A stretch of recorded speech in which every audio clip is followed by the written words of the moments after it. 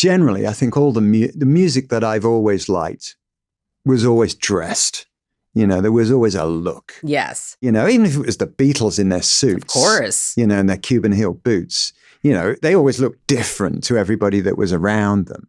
You know, and then Stones, obviously, and then Bowie and Freddie and, you know, and it was like, and in the Elton, you know, I mean, the 70s was insane. It was such a competitive time. I mean, the quality of music that was being produced was just off the charts, I think, you know.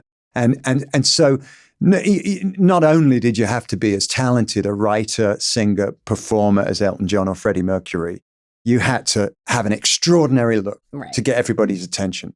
And so, you know, clothes were, you know, I mean, it had to be dressed. And then the Pistols came along and, you know, and the clothes that they were wearing before they even had a record deal were, we now know, some of the greatest clothes that had been designed by Vivienne Westwood. Of course. You know, in the 20th century, you know, so, and then the Clash, who they had to do a DIY thing because they didn't have Vivienne Westwood. So they did this whole Jackson Pollock thing, and they were like splattering their shirts with paint and stenciling on them. It was real DIY art school stuff, which I loved.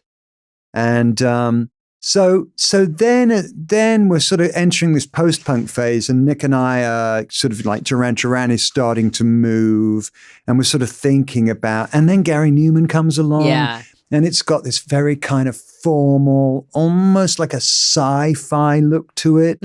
These kinds of like silky tunics that are like with asymmetrical zips going up them, and we kind of like that. Yeah. You just know you've got to be different. You know, you've just got to find, you know, I mean, like the frickin' pixie boots, you know, like Duran had these, we all had these like suede booties.